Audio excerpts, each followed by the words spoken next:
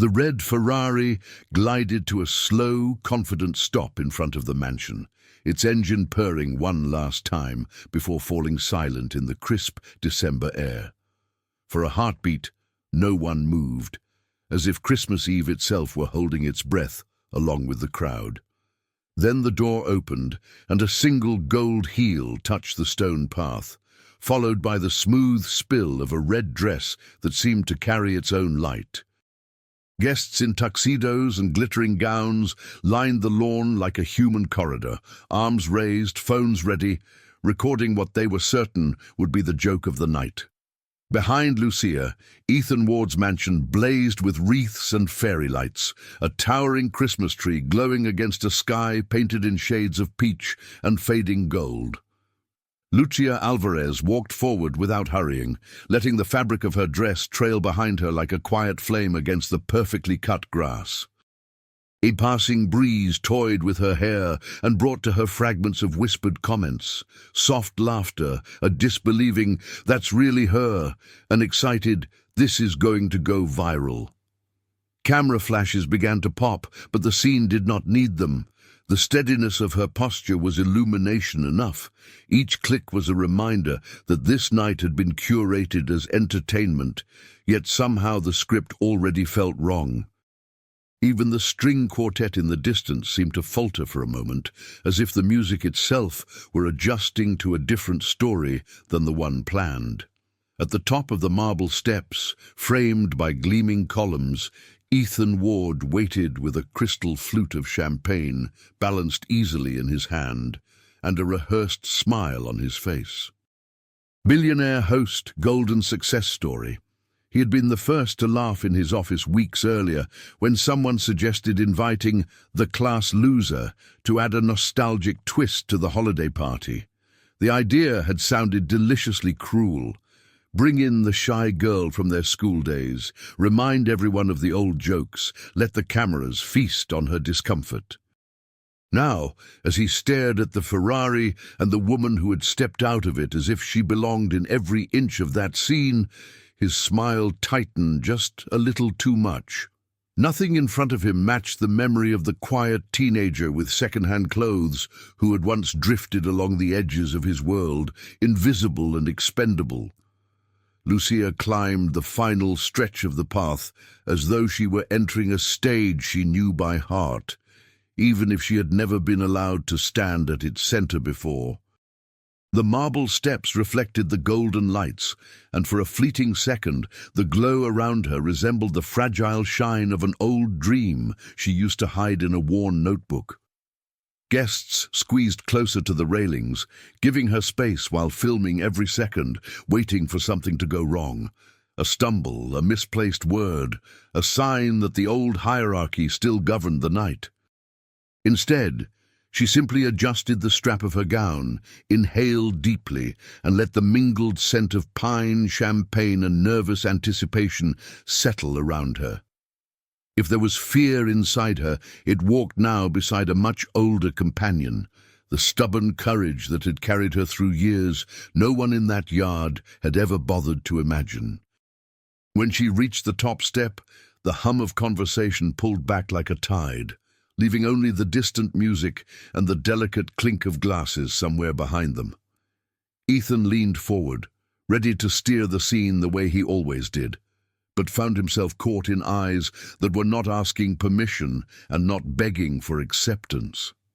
Lucia allowed herself one extra heartbeat, studying the face of the man who had once laughed loudly at her silence and never learned her story.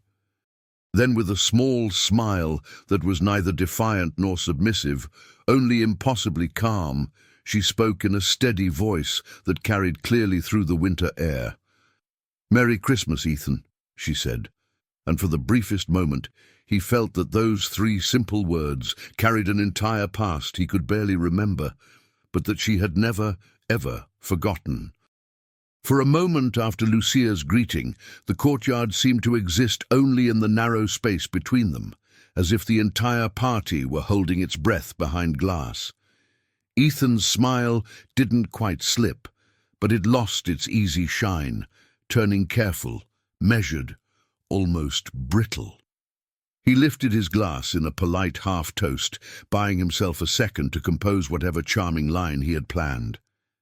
Around them, the guests waited, phones still raised, eager for some sharp remark, some reminder of who was supposed to be on top of this shining staircase. Instead, there was only the faint rustle of Lucia's dress and the distant murmur of the string quartet playing a carol that suddenly sounded far away and strangely sad. "Welcome, Lucia. It's been a long time," Ethan said at last, his voice smooth, rehearsed, but carrying a thin wire of surprise he hoped no one else could hear. He stepped aside with theatrical courtesy, offering her space to cross the threshold of the mansion as if he were doing her a favor. The crowd rewarded the gesture with approving smiles, reading it as generosity, not performance. Lucia inclined her head, acknowledging the words without letting them settle as any kind of gift.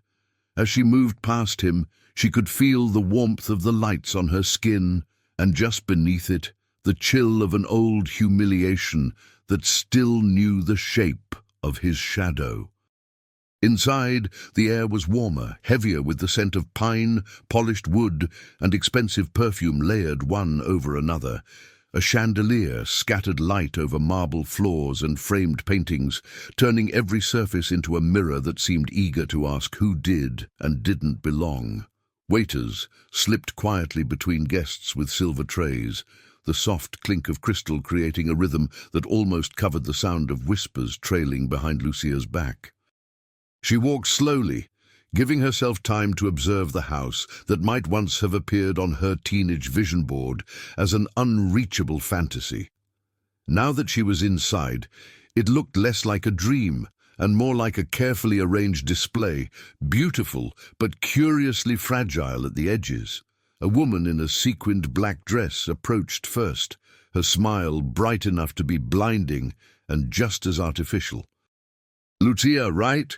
Ethan told us so much about you from school," she said, the compliment twisting at the end as if something bitter had been stirred into something sweet. Another guest joined, then another, forming a small circle of polite curiosity around Lucia. As though she were a rare exhibit brought out for the evening, they asked where she lived now, what she did, how she had managed the car, their words light, but their eyes scanning details, fabric, jewelry, accent, posture.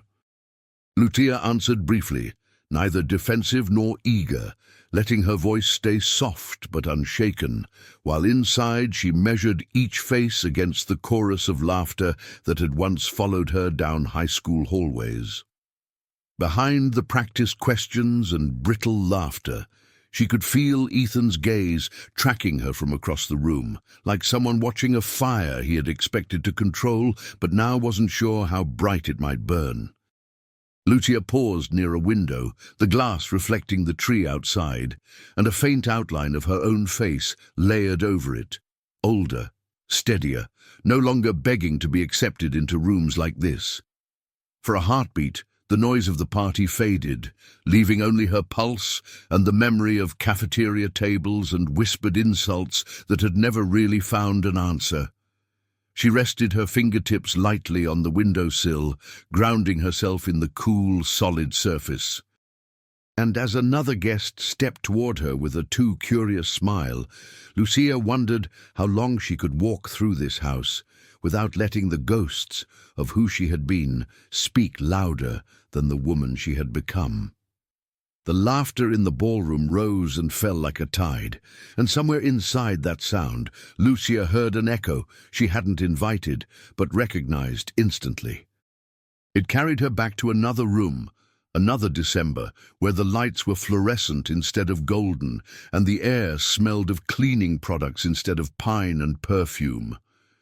The marble floor beneath her feet blurred into scuffed linoleum, and the glittering guests around her shifted into teenagers with backpacks and sneakers. For a moment, the mansion faded, and she was walking once again down the hallway of Lincoln High, hugging her books to her chest as if they could shield her from the glances that followed every step. Her heart remembered the weight of those mornings more clearly than it remembered what she had eaten for breakfast that day. In the old cafeteria, the noise had a sharper, more careless edge. Trays clattering, chairs scraping, voices rising over one another with no thought of who they might cut. Lucia carried a lunchbox packed by her mother, rice, beans, a little shredded meat, food that smelled like home and therefore like difference. The popular kids sat clustered at the center tables, their branded jackets and perfect smiles forming a bright island she circled but never approached. She chose the same corner every day, next to a vending machine that hummed like a nervous friend, spreading out her notebooks as if busyness might make her invisible. When she spoke at all, it was in a quiet English, softened by the music of another language, each word carefully measured as though it might be weighed and found wanting. It was there, at that lonely table, that she kept her secret notebook. A cheap, spiral-bound pad with a bent cover and worn edges that she never let anyone else touch. Inside, between pages of homework and vocabulary words, she drew tiny charts and logos, imagined names for companies that didn't exist yet. One page held a sketch of an app that could help people track their bills. Another, a rough outline of a website where families could learn about interest rates without being talked down to. She didn't know the right terms then. She just knew how her parents' faces looked when the mail brought another bill, how the air in their small apartment seemed to grow heavier. In that notebook, she built a world where someone like her mother could open an envelope without feeling her chest tighten. The day that notebooks stopped being entirely secret began with a classroom assignment that seemed harmless enough. Their teacher had asked each student to stand up and share what they dreamed of becoming, the kind of icebreaker adults believed would inspire hope and connection. One by one, her classmates announced their futures, doctors, lawyers, entrepreneurs in the vague, glossy way they'd heard adults use the word. When it was Lucia's turn, she rose slowly, clutching the notebook to her chest, and in halting sentences described a business that would help families escape debt, a place where money would be explained in simple words and no one would be made to feel stupid or small. Her cheeks burned, but her eyes shone with a fragile kind of certainty, the kind that exists only before the world laughs in its face. From the back of the room, that laughter came, quick, sharp, and familiar. Ethan's voice led it, easy and amused, as if she had just told the funniest joke of the week. "Sure," he drawled to the boy beside him, not bothering to lower his tone. "She'll probably end up cleaning houses for people like us, not saving them." The class chuckled, some glancing at her with pity, others with open delight. Lucia felt the words land like stones, heavy and cold. Yet she stayed standing until the teacher gently told her she could sit. Years later, in the warmth of his mansion, with the taste of expensive champagne still unused on her tongue, Lucia's fingers curled slightly at her side as the memory tightened around her.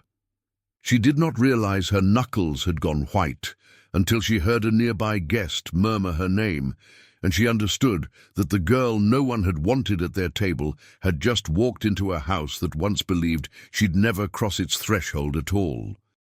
The memory of that classroom, of laughter and the word cleaning, trailed Lucia like a shadow far beyond graduation day. Years later, the smell of disinfectant and frying oil became as familiar to her as the sound of those teenage voices, because her real life after school was built in kitchens and corridors no one bragged about. By day, she wiped down counters and scrubbed tiles in offices that smelled of coffee and printer ink, her uniform a quiet badge of invisibility. In the evenings, she tied on an apron in the back of a busy restaurant, hands red from hot water as she washed dishes that never seemed to stop arriving. Each shift ended with her body aching in places she hadn't known could hurt, but the rent got paid, and the lights in her parents' home stayed on. Late at night, when the city outside slowed to a tired hush, Lucia's world shrank to a small rented room with peeling paint and a stubborn draft that slipped under the window. There, on a rickety table no one else would have kept, she opened an old laptop that took too long to start and waited for its dim screen to glow. Beside it, a mug of coffee went cold faster than she could drink it, and her mother's voice echoed in her head, worried about her health, about the dark circles blooming under her eyes. Lucia clicked through cheap online courses, videos filmed in poor lighting by strangers who nevertheless offered her a language she had never been taught at school. Marketing, user experience, basic lines of code that looked at first like a foreign alphabet. Outside, sirens flared and faded. Inside, she rewound the same lesson 3, 4, 5 times, refusing to let exhaustion steal what those nights could give her. On the wall above her desk, she recreated the pages of her old notebook with new tools. Sticky notes in different colors, each one a step, a feature, a promise. One color for the people she wanted to help, single mothers, retirees on fixed incomes, young workers drowning in interest rates they didn't understand. Another for the problems they faced, late fees, confusing terms, phone calls from collectors that made their hands shake. A third color held her solutions, still clumsy, but growing clearer with every course she finished and every article she read. Sometimes she would step back, hugging her own shoulders against the cold, and look at that patchwork of paper as if it were a window into a future no one around her believed in. It wasn't much to anyone else, but to her it looked more solid than any Christmas miracle she had ever been promised. The people she worked with in those years didn't know the words startup or fintech, but they knew the taste of anxiety when the mail arrived. On breaks, while they ate quick meals from plastic containers, Lucia listened to their stories. The aunt who lost her house, the cousin who signed something at the bank and never slept well again, the neighbor who kept his receipts in a shoebox but could not make sense of any of them. Gently, almost shyly at first, she began to help them. She sat at cramped tables with them and drew little charts, turned percentages into pictures, wrote down phrases they could repeat when calling to negotiate a bill. The first time a co-worker came back and said, "They lowered my interest rate because of what you told me to say," Lucia felt something shift inside her, like a door quietly unlocking in a house no one knew she'd been building. There were nights when the weight of it all pressed down so hard she thought the ceiling might crack. 3 jobs, never enough sleep, an accent that still drew impatience from strangers, and a dream that felt far too big for such a small room. On those nights, she would close the laptop, rest her forehead against the cool surface of the table, and allow herself exactly 3 minutes to wonder if Ethan and his friends had been right about what she was destined for. Then, almost stubbornly, she would sit up, reopen the screen, and add one more line of code, one more sentence to a future FAQ page, one more sticky note to the wall.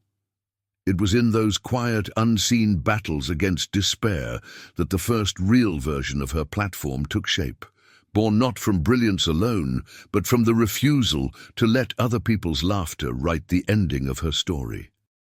The first version of Lucia's platform went live without fanfare on a Tuesday night when most of the city was more worried about takeout orders than about financial literacy. She sat alone in her tiny room, watching a progress bar crawl across the screen as if it were dragging her heart with it. When the site finally loaded, simple and imperfect, she stared at the homepage longer than she had ever stared at her own reflection. There were no investors watching, no press releases, no glossy launch photos, just a woman in worn jeans and a faded t-shirt, whispering a quiet, "Please work," into the glow of an aging laptop. The first day, almost nothing happened. The second, 2 strangers signed up. By the end of the first month, dozens of people she had never met were sending messages that began with, "I thought I was the only one who felt this stupid about money." Those messages felt like oxygen. One woman wrote that she had opened a bill without crying for the first time in years, A man confessed that he had finally told his wife about the debt he'd been hiding, using Lucia's articles as a bridge between shame and conversation.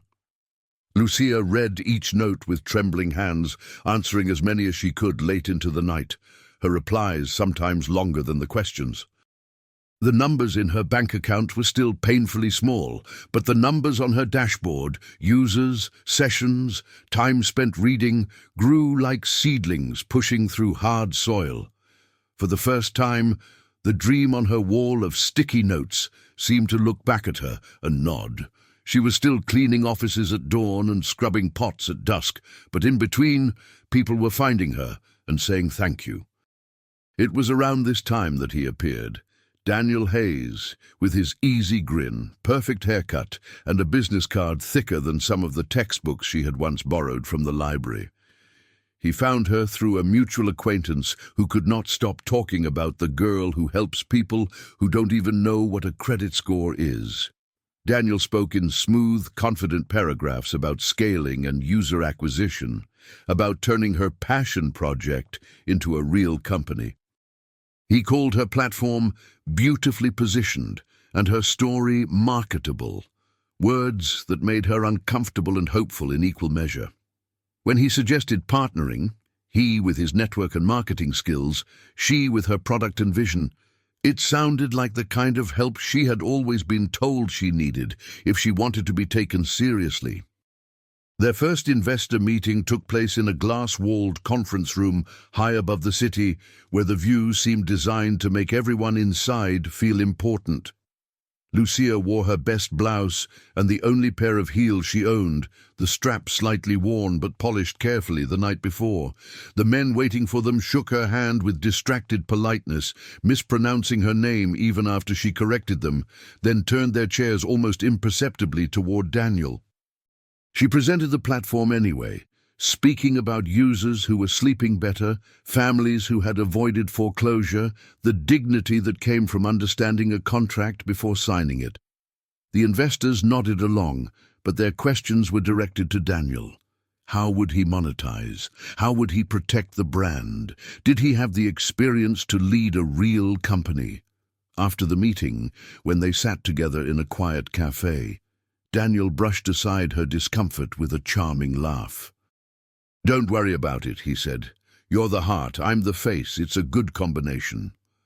He slid a stack of papers across the table, updated partnership terms, a more investor-friendly structure, things he insisted were standard. Lucia scanned the documents as best she could, eyes catching on percentages and clauses that seemed to swim in front of her. Her name was there, but smaller, tucked beneath titles and legal phrasing that made her feel like a guest at her own table. One line in particular caught her eye, an adjusted equity split that left Daniel with far more of the company than they had ever discussed aloud. Her chest tightened, a cold prickle of doubt spreading through the warmth of her earlier excitement.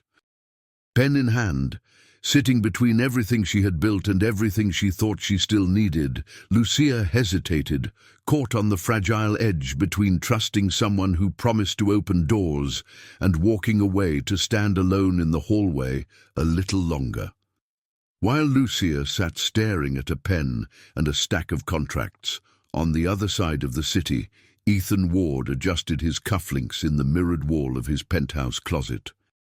Rows of suits in shades of charcoal and navy hung in perfect order, each jacket tailored to fall just so across his shoulders, each tie folded like a quiet declaration of victory. He chose a dark blue suit and a silver tie that morning, the combination his stylist once called power without effort. The watch he fastened around his wrist cost more than some people's cars, its weight a familiar reassurance against his skin. When he straightened up, he did not see a man who had once snickered in the back of a classroom. He saw only the polished reflection of a winner. His office occupied the top floors of a sleek glass tower, the kind of building that turned sunlight into a statement. As he stepped out of the elevator, employees straightened, smiles snapping into place like automatic doors opening. Assistants hurried to match his pace, tablets in hand, ready with updates on numbers, projections, new acquisitions. Ethan moved through the open-plan workspace like a quiet storm, nodding here, asking a sharp question there, leaving behind a trail of nervous energy and admiration. He liked the way people lowered their voices when he passed, the way their eyes flicked to the floor before meeting his. Respect, he told himself. That's what this was. Respect and proof that he had been right about the world all along. In the glass-walled conference room that served as his throne, Ethan reviewed slide after slide of performance metrics for his consumer credit companies. The charts looked impressive. Upward slopes, bold colors, reassuring labels like growth and expansion. No one lingered on the fine print about interest rates or late fees. Those were just the cost of opportunity, he liked to say. People need discipline, he told a younger executive who hesitated over a particularly aggressive product. If they can't handle the terms, they shouldn't sign. He never thought about the kitchen tables where those contracts were actually read, or the nights spent awake doing math that never added up. In his mind, numbers were neutral, and responsibility belonged solely to those who were desperate enough to agree. At exclusive networking events, Ethan's arrogance wrapped around him as naturally as his tailored jacket. He held court at private clubs with dark wood paneling and leather chairs, swirling aged whiskey in crystal glasses, while others leaned in to catch his opinions. He spoke easily about financial literacy gaps and people who just don't understand money, his tone halfway between amusement and annoyance. When someone mentioned a growing wave of startups focused on helping indebted families, he scoffed. "Teaching people not to use our products? That's cute," he said, laughter rippling politely around the table. If anyone in the room knew about a modest platform run by a Latina founder named Lucia Alvarez, they didn't say it aloud. To Ethan, the world was divided into those who gave the loans and those who begged for them, and he was determined to stay on the first side of that line. Yet beneath the polished surface of his empire, small cracks had begun to form, tiny inconsistencies in reports, a slight dip in one portfolio here, an unexpected rise in defaults there. His CFO mentioned them once, voice cautious, but Ethan waved the concern away, pointing to a larger graph that was still pointing up. "We're fine," he said. "We just need to be a little more aggressive, that's all." He believed it needed to believe it, because the alternative meant admitting that the game he had mastered might be changing in ways he did not control. As he glanced over a summary of emerging threats in the market, his eyes paused for less than a second on a line about a platform helping people renegotiate and avoid high-interest products. The name of the founder sat there in clean black font, but Ethan skimmed past it, more interested in the next deal, the next acquisition, the next way to prove that the boy who once laughed at other people's dreams had been right to trust only his own. The first true storm did not announce itself with thunder. It slipped in quietly through Lucia's inbox on an otherwise ordinary afternoon. She was in the new office, bigger than her old room but still modest by downtown standards, going over user feedback with her small team when the email arrived from the bank that anchored most of their new expansion plan. The subject line was deceptively calm. "Re-agreement status update." Lucia opened it with the careless confidence of someone who believes hard work has finally started to guarantee outcomes. As her eyes moved down the message, the words turned to ice: "Regret to inform you, strategic shift in priorities, unable to proceed with the previously discussed terms." By the time she reached the signature, the noise of the office had faded into a dull, distant hum. At first she tried to treat it like a setback, not a disaster. Deals fell through. She knew that. She called their contact at the bank, hoping for some human explanation, a misunderstanding, a delay, anything that wasn't final. The man on the other end of the line sounded uncomfortable, his sentences carefully scrubbed clean of blame. He spoke of new directives and risk re-evaluation, as if the families her platform served were suddenly more dangerous than the products that had hurt them. When she pressed, gently but persistently, his voice dropped just enough for her to hear the truth hiding between the lines. "It's above me," he murmured. "Let's just say there are interests that don't love what you're doing." The call ended with polite wishes for her continued success that tasted like ash in her mouth. By evening, the numbers had begun their quiet, merciless slide. On the big screen in the meeting room, Lucia watched graphs that once promised stability bend in slow, frightening arcs. The user base was still growing, community engagement stronger than ever, but the funding hole opened by the bank's sudden withdrawal was too deep to ignore. Salaries, server costs, outreach programs in 3 cities. Every line item on the budget had weight now, a physical heaviness that settled on her shoulders as the sun disappeared behind the city skyline. One by one, her team went home at her insistencia, unaware of how long she planned to stay. When the last door clicked shut, the office grew eerily quiet, the hum of the building's air system and the blinking of router lights her only companions. Rain began to fall, tapping against the tall windows, like fingers too polite to knock.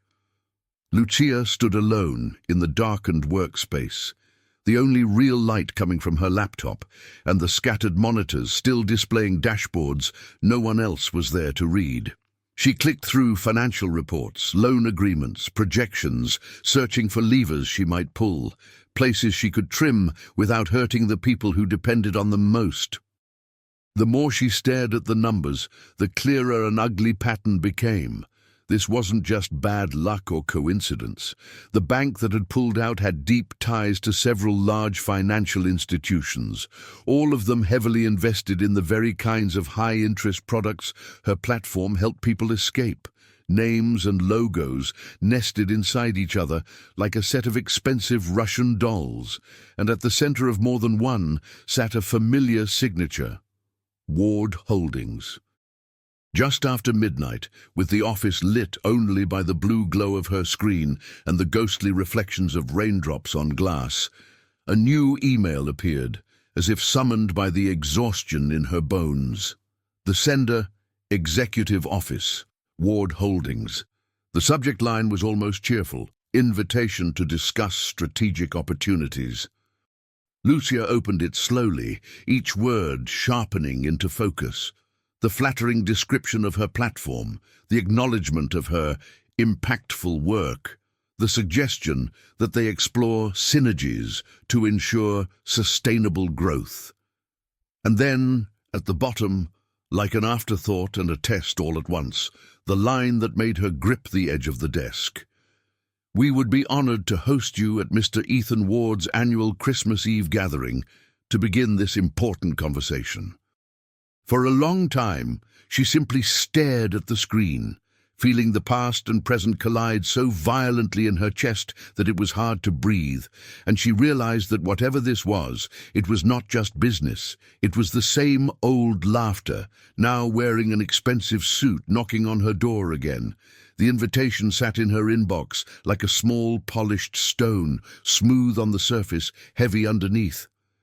Lucia printed it out almost without thinking, the thick, cream-colored paper and elegant lettering feeling theatrical in her hands. It was the kind of card she used to see only in magazines left behind in waiting rooms, the kind of event where people like Ethan smiled for cameras and called it charity. She laid it flat on her kitchen counter, next to a mug with a chipped handle and a bowl still damp from hand-washing. For a long while, she just stood there in the quiet, staring at her own name, written as if it had always belonged in that world. The hum of the refrigerator and the faint traffic outside were the only sounds that reminded her this was still her life, not some strange dream she had wandered into by mistake.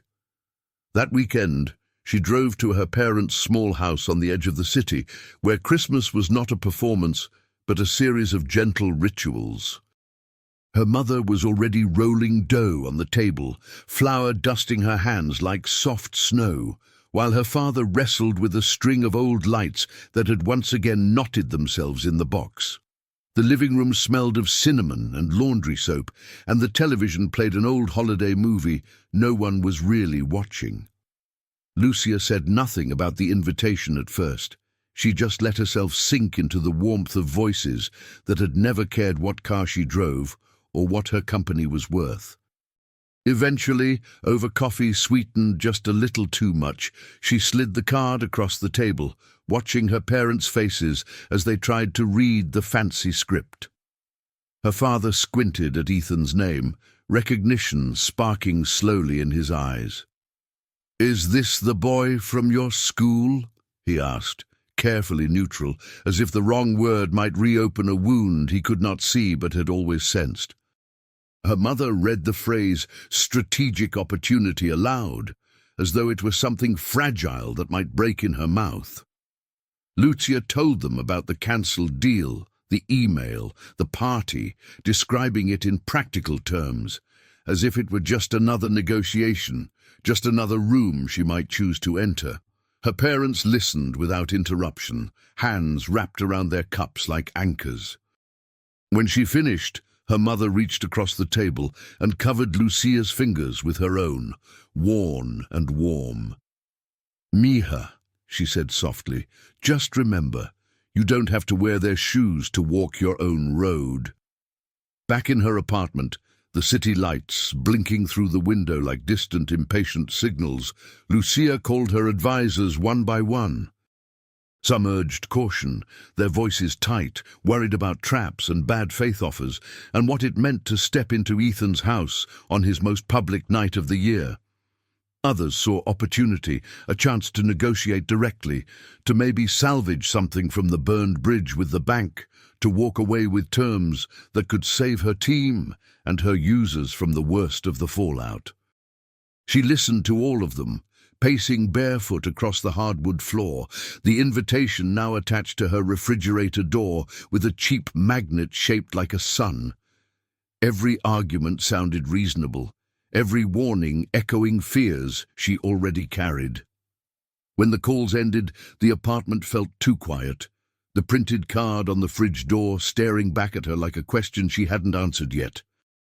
As the days crept toward Christmas Eve, Lucia moved through her routines with the feeling that she was rehearsing for a play whose ending she didn't know. She answered user emails, met with her team, smiled in all the right places. But a part of her mind kept returning to that house, that driveway, that boy who had laughed in the back row. In the small hours of one particularly restless night, she stood in front of the refrigerator, robe wrapped tight around her, and traced the edge of the invitation with one finger. She could almost hear Ethan's voice again, older now, but carrying the same belief in his own invincibility. "You don't get to decide who I am anymore," she whispered into the dim kitchen, unsure whether she was talking to the paper, the past, or herself. And still, the question lingered in the air. If she walked through his door on Christmas Eve, would she be facing her ghosts, or inviting them to live with her all over again? The decision, when it finally came, did not arrive with dramatic music or a burst of courage. It slipped in quietly on a Tuesday morning as Lucia sat at her desk, rereading an email from a user in Ohio. The woman had written to say that thanks to Lucia's platform, she had avoided signing a loan that would have cost her twice what her house was worth. "You don't know me," the message ended, "but you saved my children's home." Lucia leaned back in her chair, the blue light of the screen washing over her tired face, and felt something settle inside her, not anger, not fear, but a strange, steady resolve. Ethan could cancel deals, he could starve her company of capital, but he could not rewrite the stories of the people she had already helped.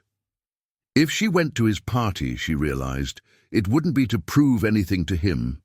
It would be to decide once and for all what kind of person she wanted to be with this power she'd fought so hard to hold. Her team pushed back when she told them.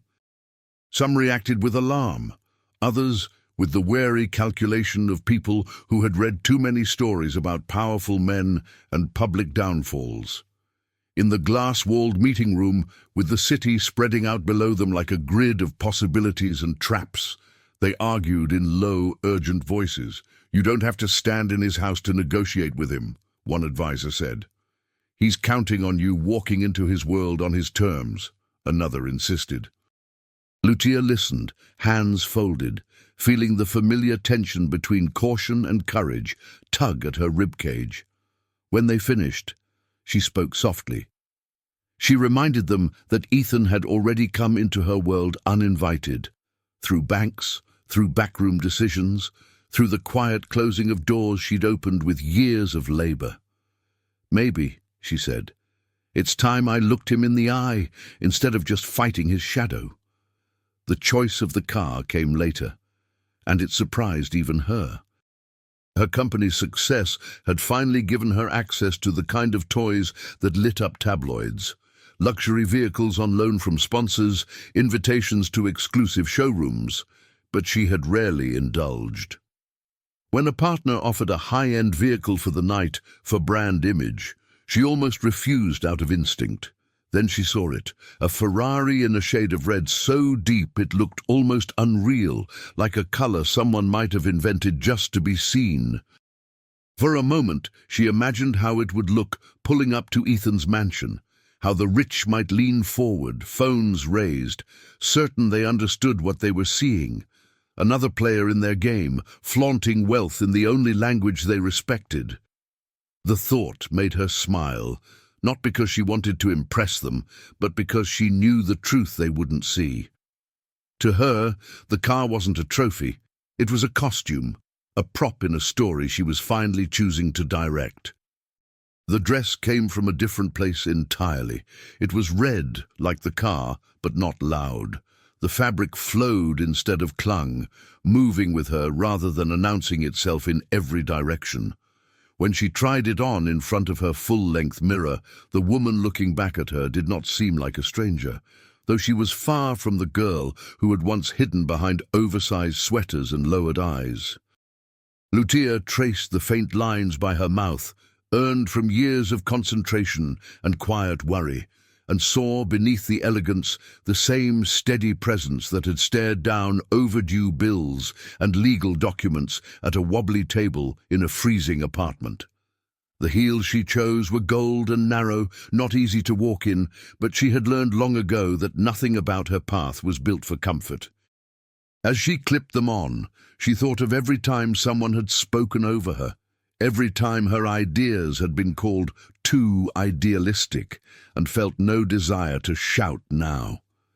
She would let the silence between her words speak louder than any performance. On the evening of the party, as the city dressed itself in lights and last-minute shoppers hurried past her building with bags and scarves, Lucia sat alone for a few minutes in the parked Ferrari before giving the driver the address. Her phone buzzed with messages, her team, her parents, a handful of close friends, all variations of "be careful," "we're proud of you," "remember who you are." She scrolled through them slowly, then opened her platform's dashboard one more time. The numbers glowed on the screen. Countries, users, testimonials stacked like small lanterns against the darkness of predatory systems she refused to accept as normal. Just as she was about to lock the phone, a new text appeared from an unknown number. "You are not being invited to be honored tonight. Be ready." Lucia read it twice, feeling no spike of panic, only a confirmation of what she already suspected.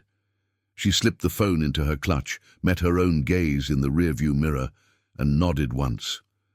Then she told the driver to go, and as the iron gates of Ethan Ward's mansion opened ahead of them, the red glow of the car washed over the stone path like a promise that this time the girl they had once laughed at was arriving on her own terms. Inside the mansion, the world smelled of pine, polished wood and money. Golden light spilled from a massive chandelier, scattering across marble floors and catching on sequins and cufflinks as guests drifted from room to room with practiced ease. A choir in the corner sang a soft carol, their harmonies floating above the low buzz of conversation and clinking glass. Everything gleamed, the framed art, the silver trays, the crystal ornaments dangling from the enormous Christmas tree in the main hall. It was the kind of beauty that was meant to reassure everyone that here at least nothing truly bad could touch them. Lucia moved through the room with a calm that felt almost borrowed, accepting greetings and compliments as if they were postcards from a country she no longer lived in. People introduced themselves with smiles that didn't quite reach their eyes, saying they had heard all about her work without being able to name a single thing her platform actually did. They praised the Ferrari, the dress, the amazing success story, lingering on the visible signs of wealth, as if that were the only language they trusted. A few asked where she was originally from, stretching the question out like a test she was expected to fail graciously. Lucia answered briefly, her voice steady, letting their curiosity slide off her skin like water on glass. Underneath the glitter, though, something felt offbeat, like a song played half a step out of tune. Staff members whispered urgently near the kitchen doors, glancing at their watches more often than the trays they carried. Twice, Lucia saw a man in a dark suit, clearly some kind of manager, duck into a side hallway with his phone pressed tight to his ear, face pale, lips pinched as he muttered into the receiver. At the bar, two men in tailored suits spoke in low tones, their eyes drifting not toward the decorations but toward Ethan, tracking him the way one watches a storm. Their laughter, when it came, was too sharp, too quick, more like a release valve than real amusement.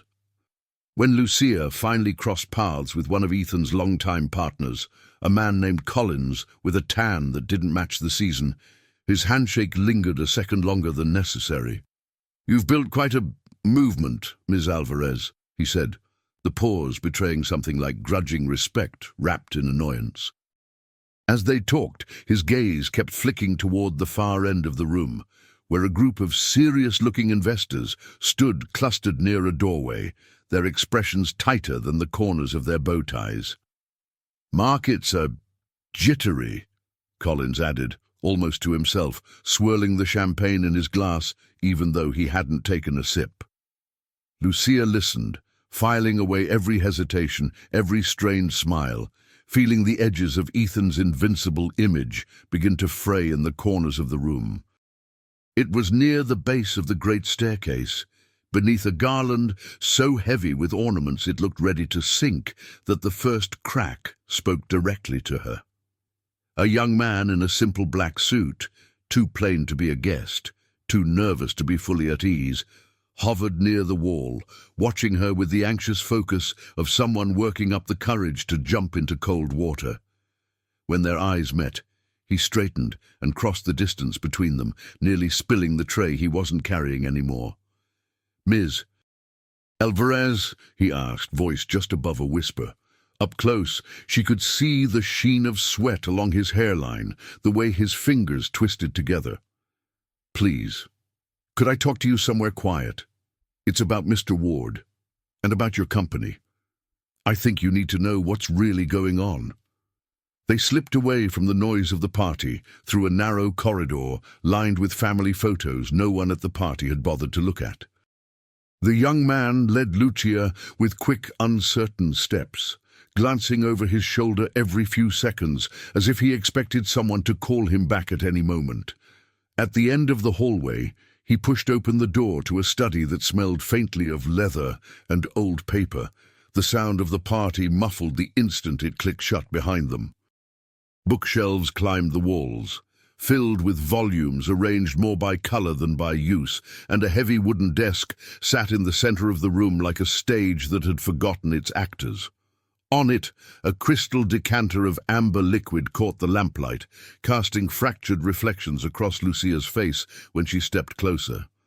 "I shouldn't be doing this," he said, the words tumbling out before introductions could even be made. "My name is Aaron. I work in Ward Holdings, Risk Division, on paper." "Why?" His hands shook as he pulled a slim laptop from his bag, setting it on the polished wood with a reverence that contrasted sharply with the panic in his eyes. "I've been trying to get someone to listen for months, but everyone up there is either terrified or on the payroll in ways that don't allow questions." Lucia watched him quietly, saying nothing, giving him the space he seemed desperate to step into. The muffled hum of music from the other side of the wall made the room feel even more detached, like they were standing in the eye of a storm that hadn't yet reached the house. When the laptop screen flickered to life, the golden study became, for a moment, nothing more than a backdrop to columns of numbers and charts that looked deceptively calm from a distance. Aaron typed quickly, opening encrypted folders labeled with innocuous phrases, adjusted projections, temporary reclassifications, that meant little until he clicked deeper. Line by line, the story of Ethan's empire unfolded. Losses quietly buried in subsidiaries. No one outside the inner circle watched closely. Bad debt repackaged and sold again. Products pushed hardest onto the people least able to absorb the risk. "They've been dressing it up for years," Aaron said, voice low but steadying now that he had begun. "On paper, everything still looks golden. But if one piece slips, if a single big investor stops believing the story, the whole thing starts to crack. He's not just leveraged, he's drowning, and he's standing on other people's shoulders to keep from going under." Lucia leaned in, her reflection overlapping Ethan's name wherever it appeared on memos and emails. She scrolled through internal messages in which executives talked about acceptable fallout and collateral user distress, as if ruined lives were a minor line item. Then she saw her own company's name appear, first in reports about emerging threats, then in a string of correspondence marked urgent. One memo laid out a clear plan. Apply pressure through partnered banks, withdraw previously offered lines of credit, flood the media with quiet doubts about the sustainability of her model. At the bottom of the page, in crisp, detached language, someone had written, "Leverage Christmas Eve event as strategic opportunity to frame narrative and contain reputational risk." Lucia read the sentence twice, feeling not surprise, but a cold recognition. This had never been about honoring her or even negotiating fairly. She had been invited as a prop in someone else's damage control. For a long moment she said nothing, her fingers resting lightly on the edge of the keyboard, eyes fixed on the screen as if she could will the words to change. They didn't. Outside, a burst of laughter reached them through the wall, followed by a swell of music as the choir began another song about peace on earth and goodwill. "Why are you showing me this?" she asked finally, lifting her gaze to Aaron. He swallowed hard, then lifted his chin, something like shame and resolve battling in his expression. "Because I've seen the names," he answered. "The people we're hurting. They look more like my family than his. And because they talk about you upstairs like a problem, but the numbers say you're the only one actually helping." He exhaled shakily, as if releasing something he'd been holding for too long. "If everything falls, Mr. Ward will land on his feet somehow. People like my mother won't. I thought, if anyone could decide what happens next, it should be the person who didn't build their success on other people's fear." Lucia glanced back at the glowing screen, where the words "strategic opportunity" sat like a dare, and realized that before the night was over, she would have to decide exactly what kind of opportunity this really was, and what price she was willing to let Ethan pay for the debts he'd hidden behind all that gold. When Lucia stepped back into the hallway, the sound of the party rushed toward her like a wave finally breaking. Laughter, music, the clink of glass, it all returned at once, too bright and too loud after the hushed urgency of the study. She paused for a moment, resting one hand lightly on the doorframe, letting her breathing settle. The images on Aaron's laptop still floated behind her eyes.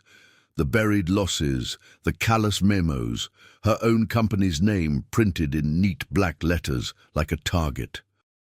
A passing waiter, unaware that anything in the world had changed, offered her a flute of champagne. She took it, not to drink, but to give her hands something to do while she walked back into the glow of crystal and gold. The ballroom looked different now, though nothing in it had moved. The garlands still shimmered, the choir still sang, the enormous tree still towered over everyone like a benevolent sentinel. Yet beneath the surface, Lucia saw the invisible scaffolding of fear and denial holding everything up.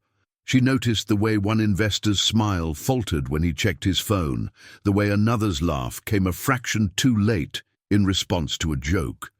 She caught sight of Ethan across the room, his posture relaxed, his hand resting lightly on the shoulder of a guest, as he told a story that made the little circle around him erupt in obliging laughter. To anyone else, he looked unshakable. To her, he looked like a man dancing on thin ice, pretending he didn't hear it cracking. It didn't take long for him to notice her. Their eyes met over the heads of the crowd, and for a brief second his expression froze, as if he could tell something in her had shifted, even if he didn't yet know what. Then the easy charm snapped back into place, and he began to move toward her, parting the crowd with a nod here, a touch on the arm there, like a king in his own court. Conversations paused as he approached, guests turning automatically to watch, phones lowering or rising depending on how much they trusted their discretion. By the time he reached her, Lucia was framed by a loose half-circle of onlookers, all eager for the next scene. "Lucia," Ethan said, voice warm enough to melt frost, "I was starting to think my own party had stolen you away from me." He laughed softly, inviting everyone else to laugh with him, and some did. He stood close enough that she could smell his cologne, something expensive and understated, close enough that from a distance it would look intimate, collaborative. "I've been telling everyone about your impressive little revolution," he added, the word little wrapped in silk. "Perhaps it's time we shared a few thoughts together, don't you think? A united front, right here tonight." His eyes glittered, but there was calculation behind the sparkle, like light on broken glass. She didn't answer immediately. Instead, she let a heartbeat of silence stretch between them, feeling the weight of the champagne glass in her hand, the weight of every pair of eyes on her face. She thought of Aaron in the study, of his mother, of the people whose names never made it into the memos but bore the cost of them. She thought of the kids in Ohio, the retirees in Florida, the families who had written to say, "You helped us breathe again." When she finally spoke, her tone was gentle, almost conversational.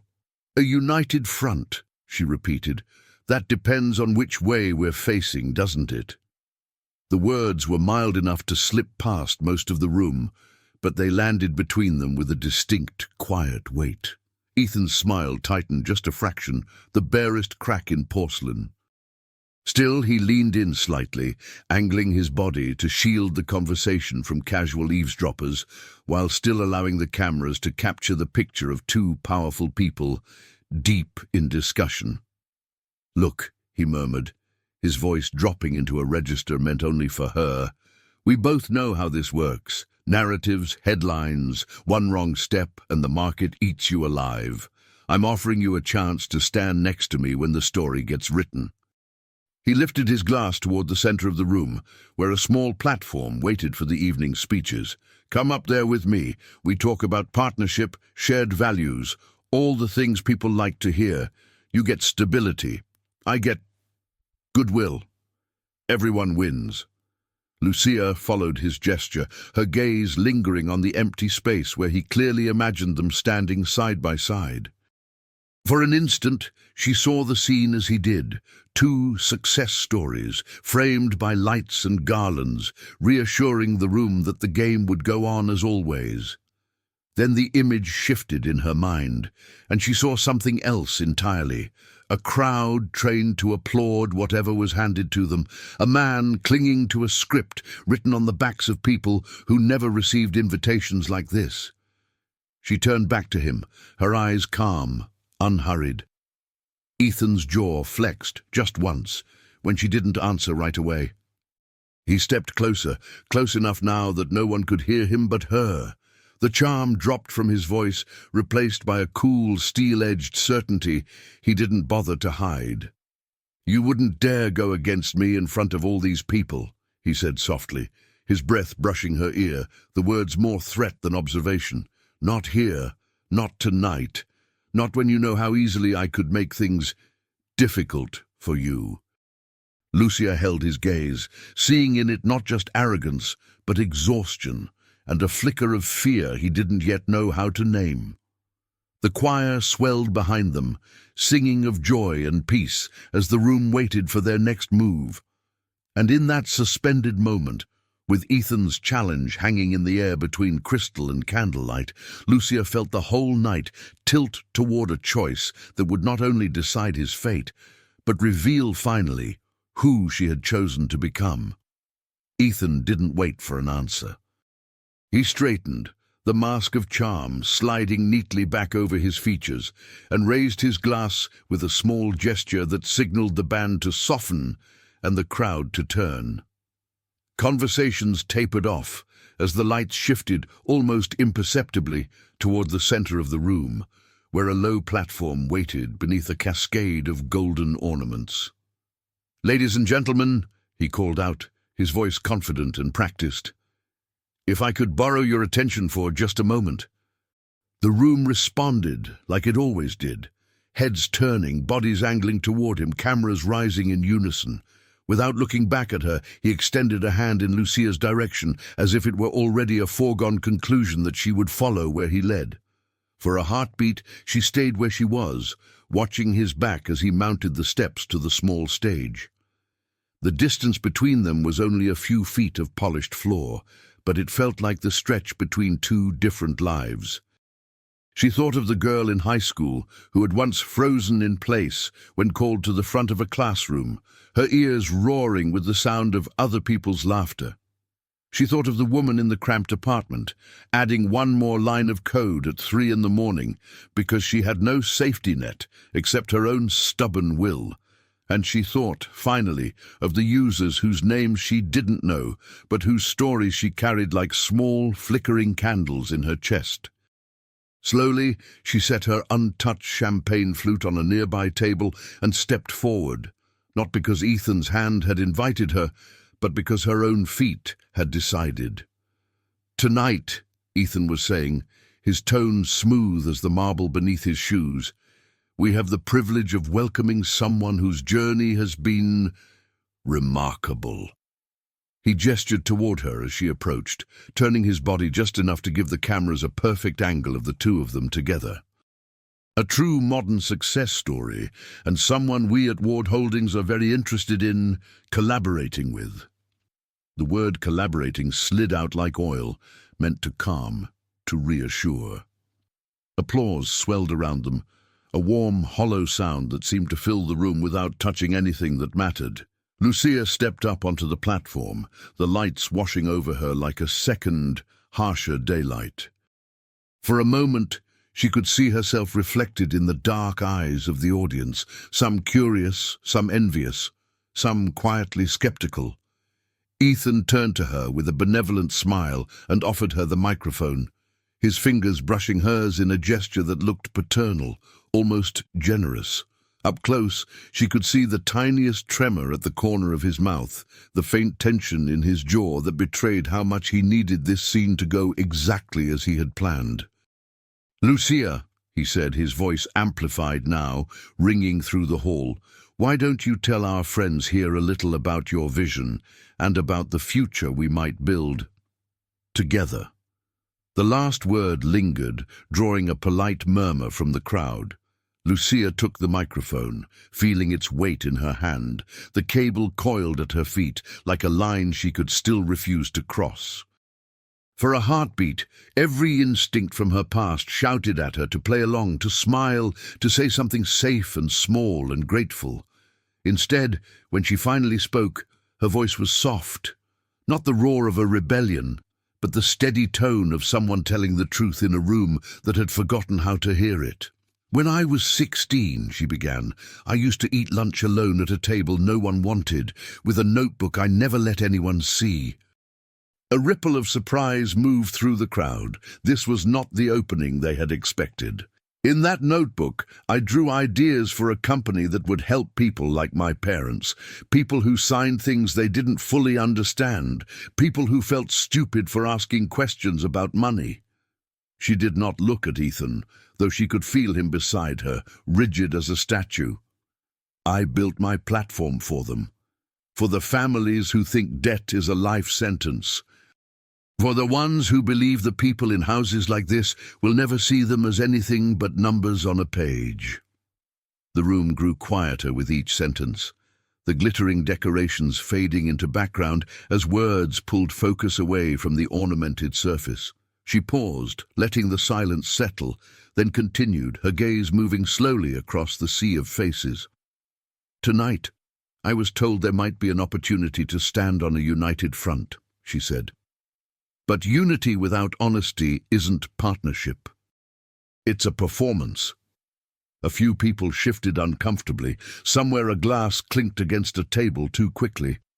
Lucia drew a breath, feeling the weight of the moment press against her ribs, and chose her final words with care. "So I will say this. I am here to change how this world treats the most vulnerable, to stop making profit out of their fear. If anyone in this room truly wants to walk in that direction, I won't turn them away. Not even someone who once believed I'd never belong in a place like this." Then, at last, she turned to Ethan, extending the microphone toward him with an open hand, not in surrender, not in accusation, but in invitation. "The question," she said quietly, her voice carrying easily through the hushed hall, "is whether you're willing to stand on that side of the line with me." Da-dam! And as she waited, the entire room seemed to lean forward on its toes, suspended on the razor-thin edge between the story Ethan had scripted and the one she had just offered in its place. For a long, breathless moment after Lucia's last words, Ethan said nothing. The spotlight that had once felt like his natural element now pinned him in place, heat gathering at the back of his neck as 100 expectant faces stared up at the stage. The decorations were still perfect, the garlands gleaming, the crystal ornaments glittering, the choir humming faintly in the background, but the room felt different, thinner somehow, as if the air itself were waiting to see what he would do. The microphone hung loosely in his hand, heavier than it had ever felt, and for the first time in years he realized he had no prepared line, no clever pivot, no easy charm that could turn this moment back in his favor. He cleared his throat, the small sound amplified and immediately swallowed by the silence. "Well," he said, the word landing awkwardly, "that's quite a story, Lucia." A few guests laughed, a brittle, uncertain sound that died almost as soon as it began. He tried to reach for his usual vocabulary, partnership, synergy, opportunity, but the phrases felt thin and hollow in his mouth. "Of course," he went on, eyes scanning the room and catching on one or two faces that knew far too much. "At Ward Holdings, we've always said we care about what's best for our clients." The cheerfulness in his tone faltered. The truth, the spreadsheets, the memos, everything he'd buried under layers of confidence, rose up in his mind like a tide he could no longer hold back. "Maybe," he added quietly, almost more to himself than to the crowd, "it's time some of us asked what best has really meant." The applause that followed was uneven, scattered in small pockets rather than crashing down in the familiar wave he was used to. Some people clapped because that was what one did. Others watched, measuring, rethinking their calculations in real time. Lucia stepped slightly back, letting the microphone rest again on its stand, sensing how the current in the room had shifted. A few investors drifted away toward darkened corners and side doors, already pulling out their phones. Others, surprisingly, moved closer to her, their expressions alive with a new mix of curiosity and reluctant respect. For the first time that evening, Ethan was not the fixed center of gravity. When he finally descended from the platform, the practiced smile had drained from his face, leaving behind a man who suddenly looked as tired as the numbers Aaron had shown her. She found him later in a smaller sitting room off the main hall, where the noise of the party was reduced to a distant, muffled buzz. A fire burned low in the fireplace, casting restless shadows over expensive furniture that somehow looked less impressive away from the crowd. Ethan stood near the mantel, jacket unbuttoned, staring at a framed photograph of himself on a yacht, younger and even more certain that the world would always bend his way. He didn't turn when she entered, but his shoulders tightened slightly, as if he recognized her presence as clearly as he would have recognized his own reflection. "You know," he said quietly, voice stripped of all stage polish, "you could have ruined me out there. Completely. One more sentence, one name, one detail, and it would all be over." Lucia stepped further into the room, the heels of her gold shoes soft against the thick carpet. "You've been doing that to yourself for years," she answered, her tone even, without cruelty. "I just stopped helping you hide it." On the low table between them lay a leather folder and a sleek metal pen, left there earlier by some assistant who had no idea how important those objects were about to become. From her clutch, she drew a slim stack of printed pages, summaries of the files Aaron had shown her, names and account numbers carefully blacked out, patterns left visible. She laid them beside the pen, the papers whispering against the polished wood. "This isn't about whether I can ruin you, Ethan," she said. "It's about whether you're willing to stop ruining everyone else." He finally turned to face her, and in his eyes there was something raw. Anger, yes, but also fear and the uncomfortable sting of understanding. "You really think signing a few papers makes me a better man?" he asked, gesturing toward the documents with a bitter twist of his mouth. "You think these people," he jerked his chin in the vague direction of the ballroom, "will suddenly grow a conscience because I do?" Lucia shook her head. "No," she replied softly. "I think signing is the first time you'll tell the truth and let it hurt you more than it hurts them. I think it means you stop using other people as a cushion when you fall." She tapped a line on the page: restructuring, restitution, independent oversight.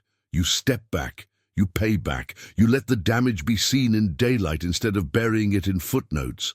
That's not heroism, Ethan. That's the minimum price of not being the villain of your own story.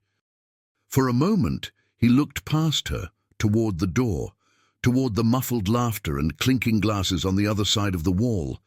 Those were his people, the ones who had cheered his deals and toasted his risks, as long as the graphs pointed up. Now, some of them already sensed the shift and were reorienting toward Lucia's star instead of his. "If I sign," he said slowly, turning the pen between his fingers without quite gripping it, "I lose control. I lose money. I lose everything I've built." Lucia met his gaze without flinching. "If you don't," she answered, "you lose something you can't buy back. And a lot of people who never stepped foot in this house will lose even more." She paused, her voice softening, though her words didn't. "You told me in there that I wouldn't dare go against you in public. I didn't. I gave you the chance to go against yourself." The fire popped softly, a small ember collapsing in the grate, as Ethan stared down at the pen lying on the table. In its smooth, reflective surface, he saw his own face, the room around him, and Lucia's steady eyes waiting, not with vengeance, but with a patience he didn't feel he deserved. His hand hovered above the pen, fingers trembling just enough for him to notice. In his mind, he saw two futures, One where he walked back into the ballroom and pretended none of this had happened, doubling down on the lies until the inevitable collapse. And another where he bent, finally, and let go of the version of himself that had never known how to say I was wrong. Slowly, as if the air had grown thicker around him, Ethan reached down, wrapped his fingers around the pen, and drew in a breath that sounded very much like a man about to jump, and hoping for the first time that the fall might actually teach him how to stand. In the weeks after that Christmas Eve, the world did not change overnight, but the shine around Ethan Ward's name grew noticeably dimmer. The announcement came first as a formal statement, all clean fonts and cautious phrases. Ward Holdings would undergo a comprehensive restructuring, guided by external auditors and a new board. Buried beneath the corporate language were the bones of the agreement he had signed in that quiet, firelit room. Restitution funds for those most harmed, an end to the most predatory products, a promise of transparency that made some shareholders furious and left others strangely relieved. The photos of Ethan on glossy websites were quietly moved from the leadership page to the history section, and the man who had once walked through his office like a king now entered side doors, with no one rushing to refill his glass. Lucia watched all of this from a distance that felt both vast and very small. Her days were still filled with meetings, code reviews, user emails, and budget spreadsheets that reminded her the fight was far from over. But something fundamental had shifted. Doors that had once been slammed in her face were now being opened, sometimes grudgingly, sometimes with sincere curiosity. Former employees from Ward Holdings reached out with cautious messages, asking if there was room in her company for people who had seen the old system from the inside and wanted to be part of something different. She said yes when she could, sitting across from them in plain meeting rooms and listening as they confessed the things they wished they hadn't signed, the numbers they wished they hadn't helped bend. Little by little, her platform grew not just in size, but in depth, built now by people who understood both the damage and the possibility. Ethan's life, stripped of its constant applause, became quieter and strangely more real. At first, he visited the restitution programs because the agreement required it, arriving in neatly pressed shirts with a guarded expression and a driver waiting outside. But as the months passed, his posture changed. He began to linger after official meetings, choosing to sit down with people who had once been nothing more than account numbers on a report. He listened as a mother described choosing between medicine and minimum payments, as an older man unfolded letters he had never fully understood, as a young couple explained how a tiny clause had stolen years of their future. Sometimes Ethan recognized the language in those documents as his own. Those were the evenings he went home and stood at his window for a long time, the view of the city feeling less like proof of success and more like a reminder of how many stories he still didn't know. The next Christmas, Lucia did not wear a red dress or step out of a Ferrari. She spent the evening at her parents' small house, where the lights were slightly crooked and the tree leaned just a little to one side, held steady by an old stack of books underneath. The table was set with the same dishes they had used for years, each one carrying tiny chips like familiar scars. Her mother hummed while serving food. Her father told a joke he had told a dozen times before, and Lucy laughed anyway, because the point was never the punchline, it was being together to hear it again. After dinner, her father sorted through the small pile of Christmas cards they had received, handing them out slowly, one from an aunt, one from an old neighbor, and one, thick and plain, addressed in deliberate handwriting to Lucia Alvarez. She opened it at the table, the room suddenly very still as her parents watched her eyes move across the page. The card was simple. No glitter, no printed poem, just a single line of gold at the top and a handwritten note below. Ethan didn't try to excuse himself or rewrite the past. He didn't ask for forgiveness, like a favor he believed he was owed. Instead, he thanked her for refusing to humiliate him when she had every reason to, for forcing him to see the human cost of his choices, for giving him a chance to begin paying back a debt that had never appeared on his balance sheets. "I used to think success meant never needing help," he wrote.